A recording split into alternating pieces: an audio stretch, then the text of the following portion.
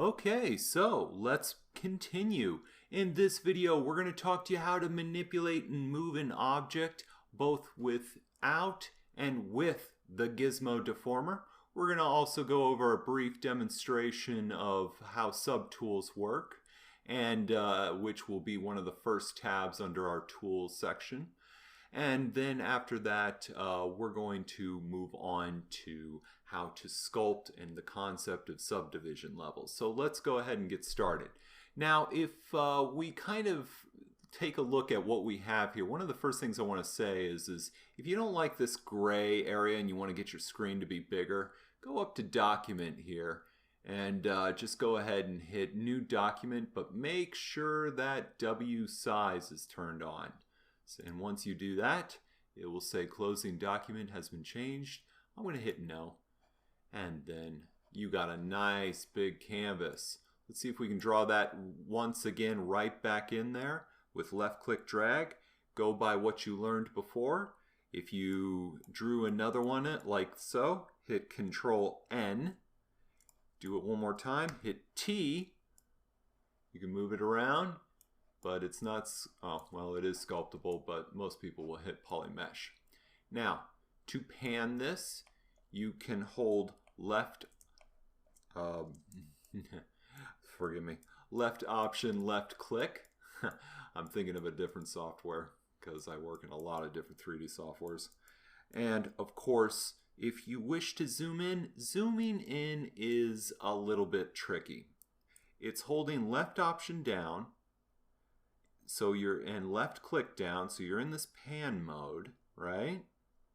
And now, while still holding down left click, release left option. And now you're still holding down left click and you can just kind of zoom in that way. It's a weird way of zooming, I know, but it becomes pretty fast. Also, another thing is you got to do it in empty space, like here.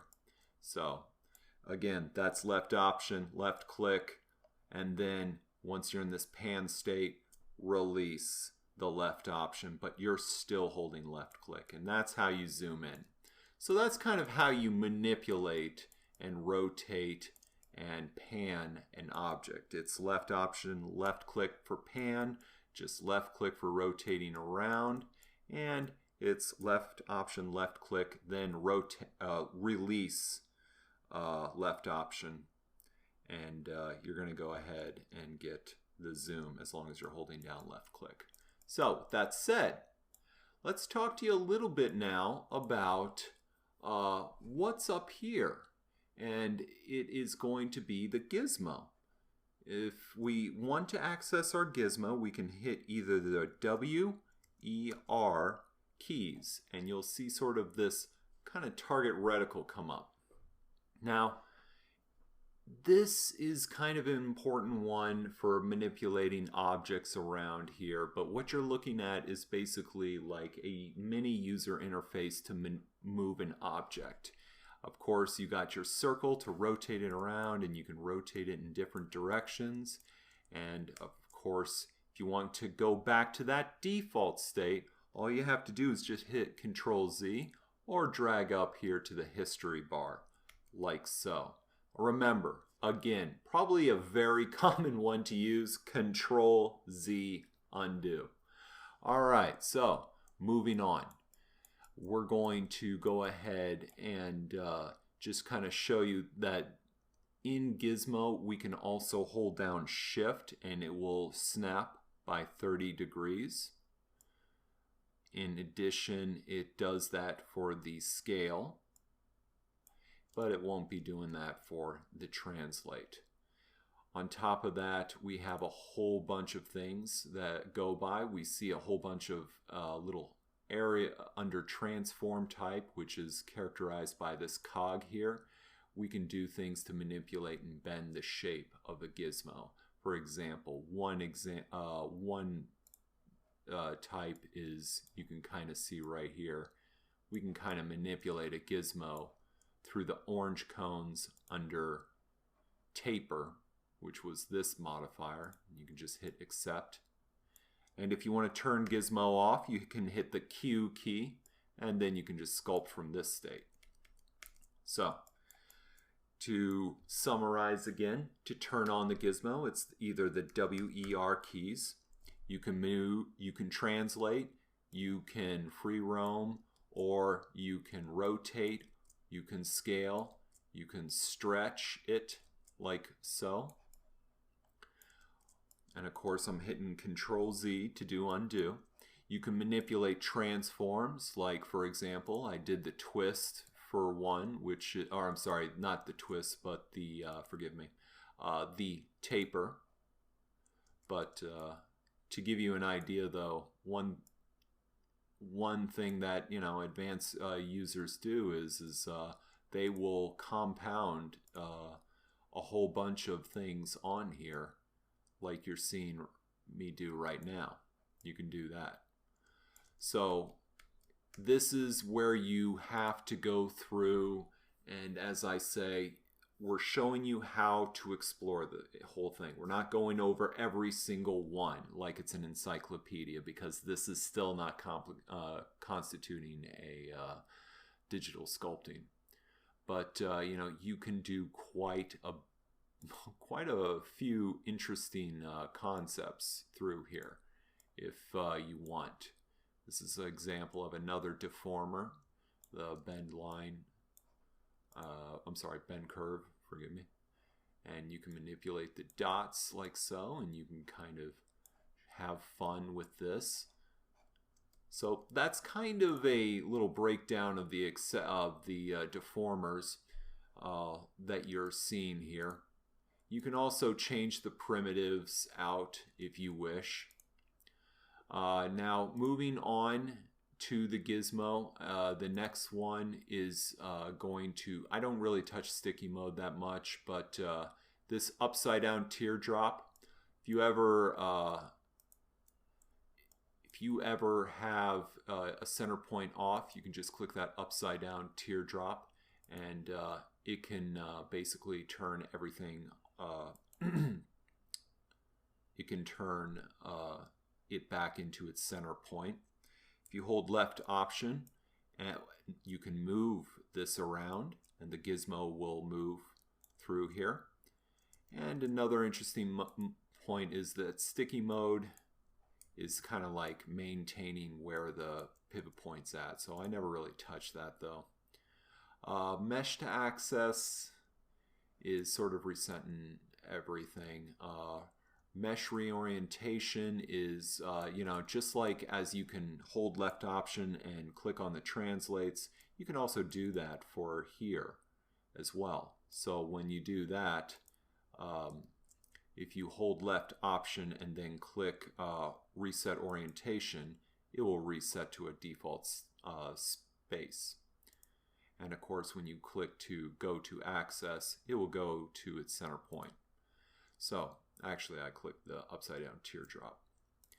Now, transpose all is something I kind of want to stay away from until we're clear on understanding other concepts of ZBrush. So with that said, we're going to go ahead and conclude with the subtool section. Now, I'm going to back up here just a little bit. Now the subtool is basically like an organizer for all the different meshes that exist within a character or in an environment that you have that you're sculpting. So you can be sculpting multiple different meshes at the same time.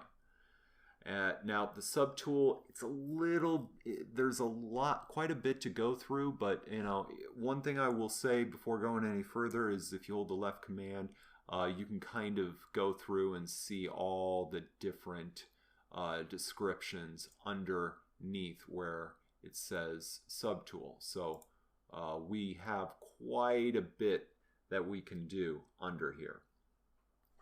But to put simply, since we only drew in one object, we have one subtool. If we wanted to duplicate this, which we can then hit the W key and translate across, and you'll see two pieces. And I'll go ahead and give a taper so you know which one's which. And we can hit accept, and I'll hit Q to go back into edit mode. And before I forget, Q is sort of I'm sorry, right here. Draw is right where you want to, if you want to do any sculpting. So if I try sculpting on here, nothing's going to happen. But so I need to be on the right subtool in order to do sculpting. You can also turn the visibility on or off. These extra buttons here pertain to Boolean operations, which are a little bit more advanced and complicated for hard surface, ideally. And additionally, we have things like we can rename the Boolean, like straight sill, and it will rename and update. We can do a lot of things also, like delete it. That's pretty obvious. But let's say you wanted to import your cone in here, like so. And you wanted to go ahead. First, you'd have to, like, let's pretend for a second I hit the import button, and I was importing a 3D model of a cone, and it came out looking like this. And I wanted to combine it with this. Well, first I'd have to choose you can kind of see the 2, which represents the 2 subtools. First thing I'd have to do is click over here where it says append, and I'd have to go ahead and append the cone in here. Now you can't see it very well because it's in that cylinder, but you can kind of see how it works right there. So this is kind of how it works. Another thing you can do is you can also merge subtools in a whole bunch of different ways. Merge down means merge one piece down below this one. So like we do that, we can kind of see. And we can also split them, which can be done either through a group split, which we see there's 2 different polygroups. We didn't talk about that yet, but polygroups are represented by 2 different colors once you hit Shift F in wireframe. Or we can go ahead and split to parts. Since these are 2 separate parts, it's going to split them automatically. Or split masked points, which can also do something. So let's just, if I hold down Control, a mask will kind of reveal itself. So let's go ahead and go with split masked points. Oh, I'm sorry, split to parts. Yep. And we can kind of see our subtools are kind of rearranged. Now, you can also drag these to the top or bottom, like so. You can use the hold Shift and bring one all the way to the top or all the way to the bottom. Hold Shift and left click. And of course, lastly, you can kind of put them all into a folder. So let's say if I wanted to create a folder and I call them prims, and I just simply left click and drag all these pieces in here like so. You can categorize the multiple subtools that way as well. So it's pretty easy. It's not that hard to go over. A lot of these other things are kind of self-explanatory. When we said split to parts, that's like if 2 subtools are combined and you want to do it through the unmasked points or the masked points, which again, that's just if you're holding Control and dragging a mask over something. One last thing I want to go through is remember when I said that you have to click on a subtool in order to sculpt it? Well, also, if you hold left option, you can kind of automatically click on any of these subtools. So that's kind of nice to go through, you know, in case you want. So from this point on, we're going to go ahead and do a quick save. And then we're going to move on into the concept of subdivisions and sculpting with your first brush, and take it from there.